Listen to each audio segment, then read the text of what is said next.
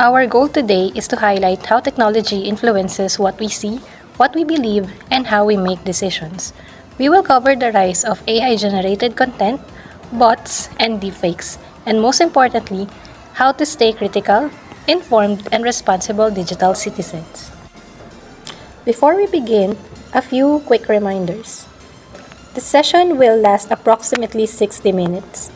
Since this is a pre-recorded webinar, you may repeat this video for better understanding. You may place questions in the chat box anytime. We'll address them also in the chat box. Meanwhile, commonly asked questions are part of this video. There will also be an evaluation after the talk. To ensure that this webinar bridges technological gaps, this can be viewed through YouTube. The goal of this short but meaningful seminar is to raise awareness of the dangers of manipulation in the digital world and to help empower the vulnerable groups so that they will not become victims of misinformation. Joining us today is our speaker from the Graduate School of National Teachers College. She is currently a faculty member and the Quality Assurance Manager of United Christian Academy Incorporated. She is also the multimedia head of the UCF Group of Ministries and editor-in-chief of The Voice of the Vision, the official newsletter of their church organization. Talking about the truth in the digital age is our speaker, Ms. Susmita L. Murillo. I would like to greet everyone a good day. We welcome you once again to our webinar entitled Truth in the Digital Age, Navigating AI, Bots, and Deepfakes. Before we proceed to the discussion of AI, bots, and deepfakes, let us first connect truth in the digital age to the EDI principles. Digital misinformation does not affect all people equally. That is why EDI reminds us that some groups are more targeted, some are less represented, and some have less access to verification tools, while others are more vulnerable to harm caused by misinformation. That being said, truth-seeking in digital spaces is not just a tech skill, it is a justice skill.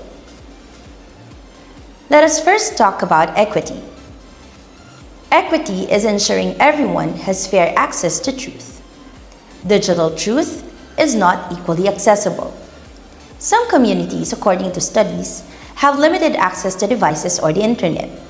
Some rely on secondary sources or forwarded messages.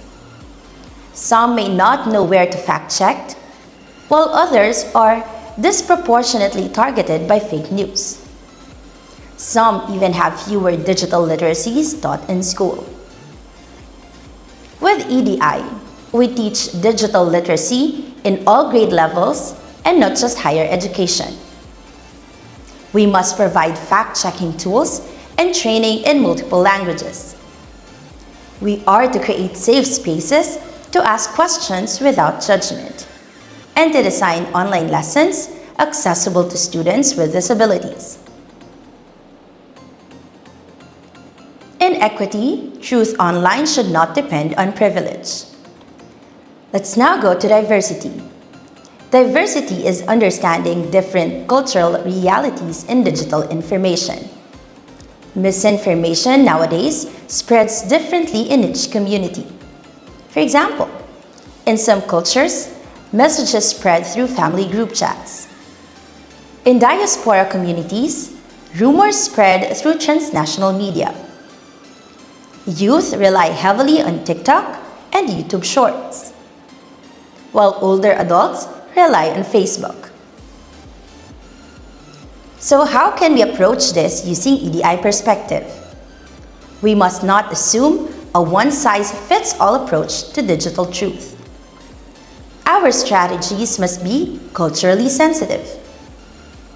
Therefore, we are to teach digital literacy using examples relevant to each group. We are to acknowledge that different communities may interpret the same media in different ways. We have to validate different experiences rather than shaming people for being misled. As for diversity, Misinformation affects different cultures differently. Responses must honor diversity. Now let's talk about inclusion. Inclusion is making digital truth a shared responsibility. When people feel excluded from information, they may distrust institutions. They may also rely on rumors alone. And, sadly, they are more easily manipulated by bots and deepfakes. Inclusion in the digital age means involving students, parents, teachers, and communities in the truth-seeking process. We are to provide safe spaces to ask questions without fear. And we also have to encourage respectful dialogue around sensitive topics. Some inclusive practices that we may do is to host fact-checking circles during advisory periods. We are also to promote peer-to-peer learning, where students teach other students. It is also helpful to include elders in digital training and not just youth. Lastly, we are to encourage multilingual resources. Inclusion means everyone participates in protecting truth. So how do we apply EDI lens in deepfakes, AI, and bots? Deepfakes and EDI. Deepfakes can target women, which often sexualized fakes, political minorities for propaganda attacks, public figures of color for fabricated scandals, and youth for school harassment. With EDI, we create awareness on who is being harmed, who benefits, and who lacks protection mechanisms. Now let's go to AI and EDI. AI systems learn based on existing data. If data is biased, AI becomes biased too. Examples: automatic translation struggles with indigenous languages. Facial recognition misidentifies darker skin tones. Search algorithms amplify gender stereotypes. That is why EDI calls for inclusive dataset design and more community representation in tech development. And lastly, the approach is finding ethical AI policies. Let's now go to bots and EDI. Bots manipulate public opinion, often targeting vulnerable groups. For example, hate speech bots intensify discrimination. Bots also amplify stereotypes. Bots suppress minority voices in public forums. So how can we address this using EDI? First, we are to advocate for equitable access to truth. Second, we are to educate communities about digital weaponization. And lastly, we are to promote digital empathy and responsibility. Before delving deeper to AI, bots, and deepfakes, we are to understand first the digital landscape. You may be familiar with this saying, information is abundant, but truth is scarce. What does this mean? This means that we are not lacking access to information. In fact, we have more than ever. The challenge is not finding information, but figuring out which information is true, credible, and reliable. With technology, anyone can publish anything, true or false, and just within seconds. So in this environment, critical thinking becomes a survival skill. So now let's learn more about artificial intelligence, or what we know today as AI. So now let us answer this question. What is AI? AI refers to computer systems that can perform tasks that normally require human intelligence. AI learns patterns from data and uses those patterns to generate outputs such as text, images, predictions, or suggestions. Nowadays, AI can do a lot of things. So let's explore what AI can do. First, AI can analyze huge amounts of data. It can examine thousands of articles or reports in seconds. This helps researchers and professionals speed up decision-making. Next, AI summarizes information. It can take long documents and condense the main points. It is therefore useful in education, like in my field, business, and research. It can also be used to generate content. AI can produce essays, marketing texts, emails, and even creative stories. AI also creates images and videos. AI can generate realistic pictures or illustrations without needing a camera or real subject. And lastly, it assists communication. AI tools help translate languages, improve grammar, or provide suggestions. However, no matter how beneficial AI can be, AI can also mislead people. AI does not understand truth. It does not know facts. It only recognizes patterns. Therefore, it may generate confidently stated wrong answers. Moreover, AI reflects biases. If misinformation, stereotypes, or wrong data exist in its training materials, AI may repeat or reinforce them. AI also creates realistic fabrications. It can produce images or text that never existed in reality but looks very convincing. AI cannot verify. It doesn't cross-check facts or confirm accuracy. It simply outputs what looks statistically likely. AI is a powerful helpful, however, it is a weak truth teller. Now let's talk about bots. You might ask, what are bots? Bots are automated software programs that perform actions online. They are designed to post content, share messages, reply to comments, and create trends. They are also used to spread information, or even misinformation. Bots are helpful in some ways. There are customer service bots. They answer common questions quickly. For example, shipping time or store hours. They also reduce wait times and improve support services. There are times that weather or news bots are very helpful. They automatically update people about storms, earthquakes, or local news. These bots are beneficial because they speed up communication and deliver useful data. However, bots can also be harmful. Disinformation bots are now rampant. They post false news repeatedly to make it appear believable. There are also political propaganda bots. They flood social media with statements designed to influence public opinion. There are also what we call spam bots, which overwhelm platforms with advertisements or fake messages. And lastly, we have manipulation bots. They pretend to be real people to start debates, spread rumors, or even worsen conflicts. We cannot deny the fact that bots are powerful. They are fast. One bot can post hundreds of messages in seconds. Thousands of bots can reach millions instantly. Next, bots look human. They use profile pictures, bios, and even hashtags. They mimic natural writing style. Lastly, bots create illusions. If 500 bots say topic X is trending, real humans believe it. They can make a lie look popular. Now let's talk about deepfakes. You might be asking what deepfakes are. Deepfakes are AI-generated videos or audio recordings that imitate real people. They are produced by training an AI to copy a person's face, copy their voices, and copy their expressions.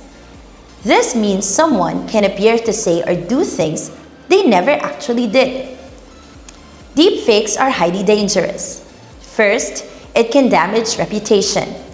A fake video can destroy someone's character or credibility built over the years in just a few seconds. It is also used for political manipulation. Deepfakes can falsely show leaders endorsing a lie or even a crime. It can also be used for blackmailing. People can be forced to pay money to hide a fake scandal. It can also lead people to misinformation. Deepfakes confuse the public and truth becomes unclear. Lastly, there is trust erosion. When we cannot trust audio or video, communication breaks down. Imagine opening a video online where a public figure admits to corruption. It looks real, sounds real, and spreads like wildfire. Days later, it is revealed that the video was fake. But what happens? The damage has been done already. Now let's talk about the real-world impact of misinformation. Misinformation influences health decisions. People may avoid proper medicine due to false online claims. It can also manipulate elections.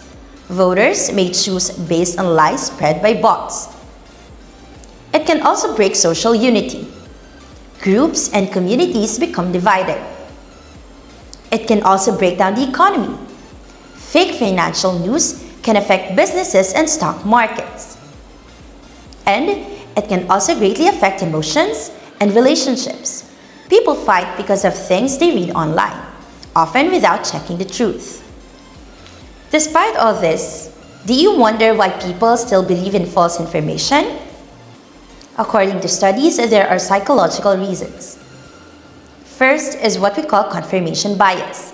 We like information that matches what we already believe. Next could be emotional appeal. We react faster when something shocks, angers, or scares us.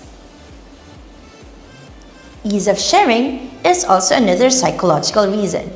It takes less effort to share than to verify. Lastly, we have social validation. If others share something, we assume it's true.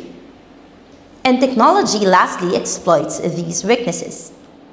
That is the reason why we are having webinars like this, because we believe that digital literacy is our greatest defense.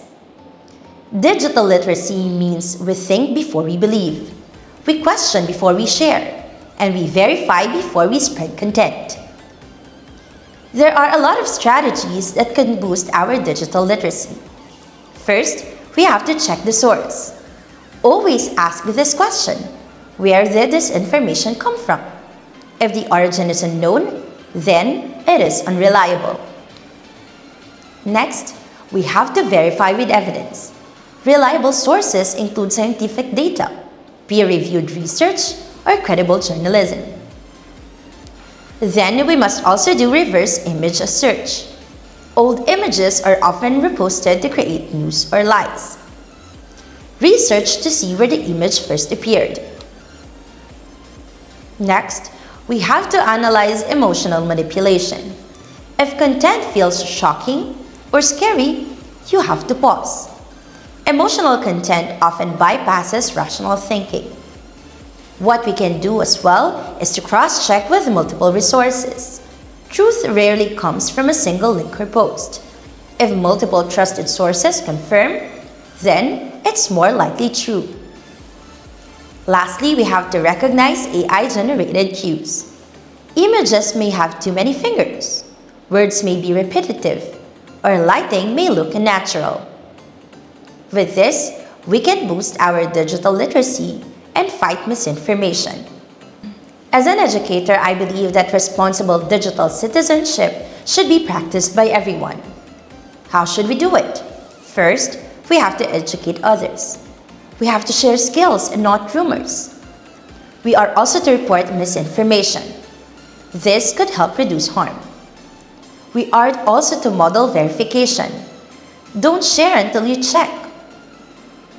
Practicing skepticism is not cynicism. Skepticism asks questions. Cynics reject truth entirely. Those are two different principles. In general, AI is powerful, but it isn't perfect. Bots can steer conversations and shape opinions. Deepfakes can blur the line between what's real and what's not. And misinformation doesn't just stay online. It affects real lives. That's why digital literacy matters. It's our best shield for making sense of what we see, what we hear, and what we share every day. And now we are opening the floor for questions. You may type in your questions in the chat box and I would gladly answer it.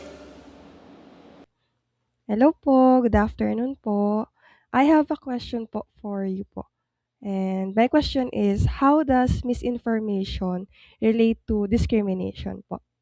Thank you po.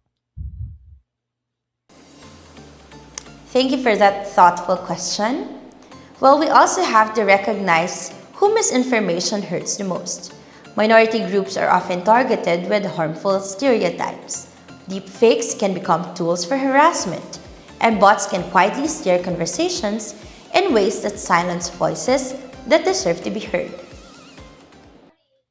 Hello po, I am Lizelle Jasalva po and I am currently a teacher po in UCA COA. I have a question for you din po. So how do we make digital truth more inclusive nowadays po? Okay, thank you po. Well, to make it more inclusive, we can start by teaching digital literacy in multiple languages so no one is left out of the conversation. It also means working hand in hand with different communities and making sure people have access to the tools they need to verify information or to verify it themselves. Okay, thank you po. Hello po. My name is Bea and I'm a teacher po.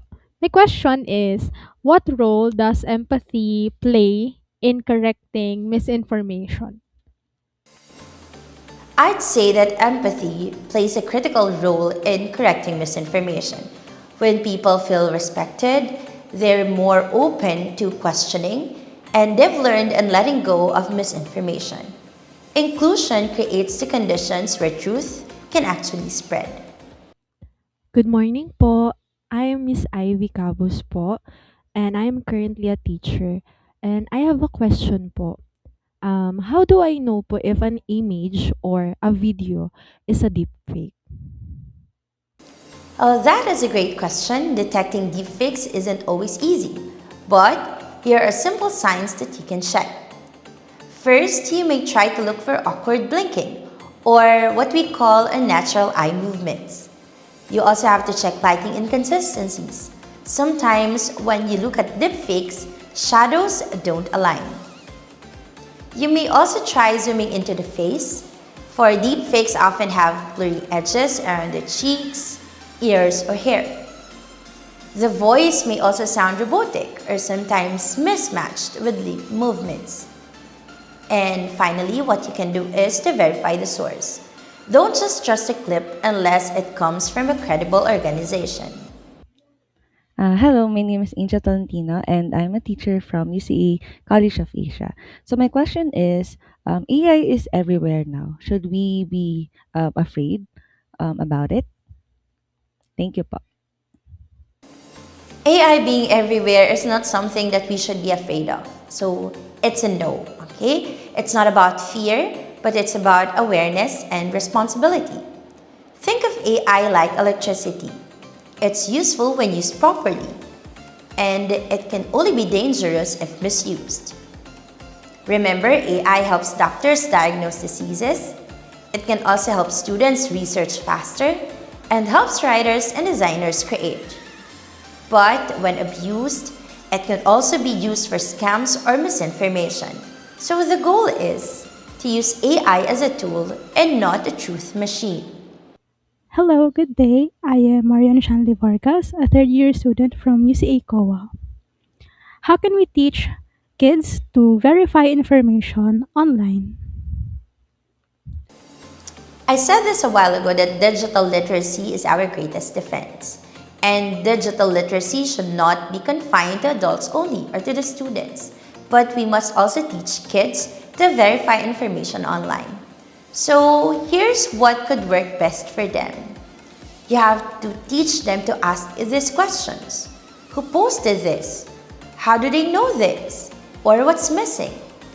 Answering those questions would help them identify what's true and what's not. Good day po. I'm Mary Rose B. Porcado, and I'm currently an assistant registrar. And my question is, how do bots influence public opinion? How do bots influence public opinion? Well, bots influence public opinion in many ways. Bots actually do two powerful things to ruin people's credibility. First is what we call artificial volume. So in this age and time, 1,000 bots make a biased opinion seem popular. There can also be emotion manipulation. Bots repeatedly push anger, fear, and even outrage. And what's the result? People assume everyone thinks this way. Decisions are driven by emotions and not facts. And knowing that helps us pause, reflect, and verify before reacting. Okay, hi, good day. My name is Aaron Alejandro and I'm currently a teacher. And my question for you is what if the misinformation comes from someone I trust or I love? Well, this is quite a tough question, and this happens a lot. Well, the best strategy to it is don't attack or embarrass. Use empathy and curiosity. You may say these lines, like, interesting. Where did that info come from? Let's check. If the person feels respected, they are more open to correction. Hi, ma'am. So, how do we balance free speech with fighting misinformation po? Well, that's a great question and a complex one. So, free speech, what we know is a right, and false, harmful information is not. That is why we don't censor opinions. But what we do is we challenge claims using evidence. The principle would be to speak freely, but to speak responsibly. We are not use our freedom of speech to ruin others or to damage credibility. Hi, ma'am. And my question is, can deepfakes be used positively? Hi, good day. This is John Sir Castro from Laguna, and my question is how will AI impact jobs and careers? With that question, yes, absolutely. Deepfakes can be used positively. Although what I have given a while ago are the repercussions of using deepfakes, but it also have positive uses, like for movies and visual effects. It could also be used for virtual museums, like restoring historical figures. Assistive tech for people who lost their voices can also benefit from deepfakes, and safe training simulations. So technology, as what we can see, is neutral, but we must use it responsibly so that it will not damage morality. To answer your question directly, AI has direct and huge impact to jobs and careers. But to address the fear of people that AI in the future will replace them, of course it will not. AI will not eliminate people. It eliminates tasks. So for future skills that matter like critical thinking, creativity, ethical judgment, and human connection, AI couldn't work. So those who learn to work with AI will thrive. Concluding this webinar doesn't mean that we're going to stop answering your questions. You can send your questions via email, or you can simply type your questions in the comment box or in the chat box, and we will surely answer them. And with that, I think I could leave you with one last advice.